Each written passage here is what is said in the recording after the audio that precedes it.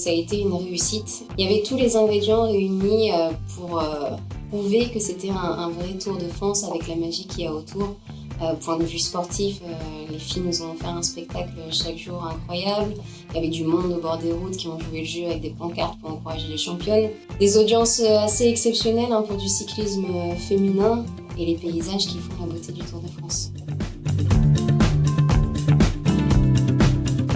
Déjà, on partira du Massif central. Qui dit Massif central dit difficulté d'entrée de jeu.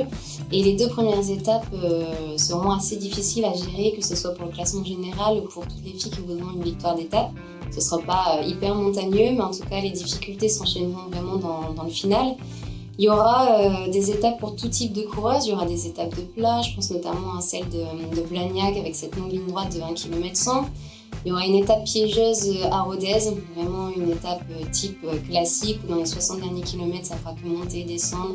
Petite route sinueuse. Après, on se dirige au week-end clé avec cette arrivée mythique au sommet du Tourmalet pour ancrer encore un peu plus ce Tour de France Femmes avec Zwift dans l'histoire.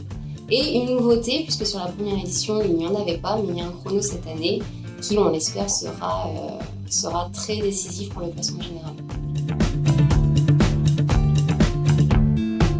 Évidemment, pour le côté sportif, la première édition nous a bluffé. Je pense que pas mal de gens qui ne connaissaient pas forcément le cyclisme féminin ont été surpris de voir des femmes rouler aussi vite sur un vélo.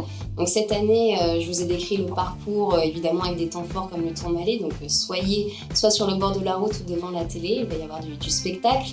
La deuxième des choses, évidemment, c'est le paysage qui fait partie vraiment du spectacle du Tour de France. Les gens peuvent voyager en regardant et aussi apprendre l'histoire avec les historiens qui seront également présents aux côtés des commentateurs. Et puis tout simplement parce que c'est le Tour et que tout le monde regarde le Tour. C'est une fierté parce que c'est un partenaire historique sur le Tour de France masculin et ça montre vraiment une confiance réciproque dès la première édition de voir LCL nous accompagner également pour le plus beau maillot du monde qui est le maillot jaune. À l'heure actuelle, les gens qui ne connaissent pas le cyclisme et qui ne regardent pas tout au long de l'année, ils savent l'importance du maillot jaune. Tout le monde a vraiment ça en tête. Et c'est le maillot le plus convoité pour toutes les championnes et les champions.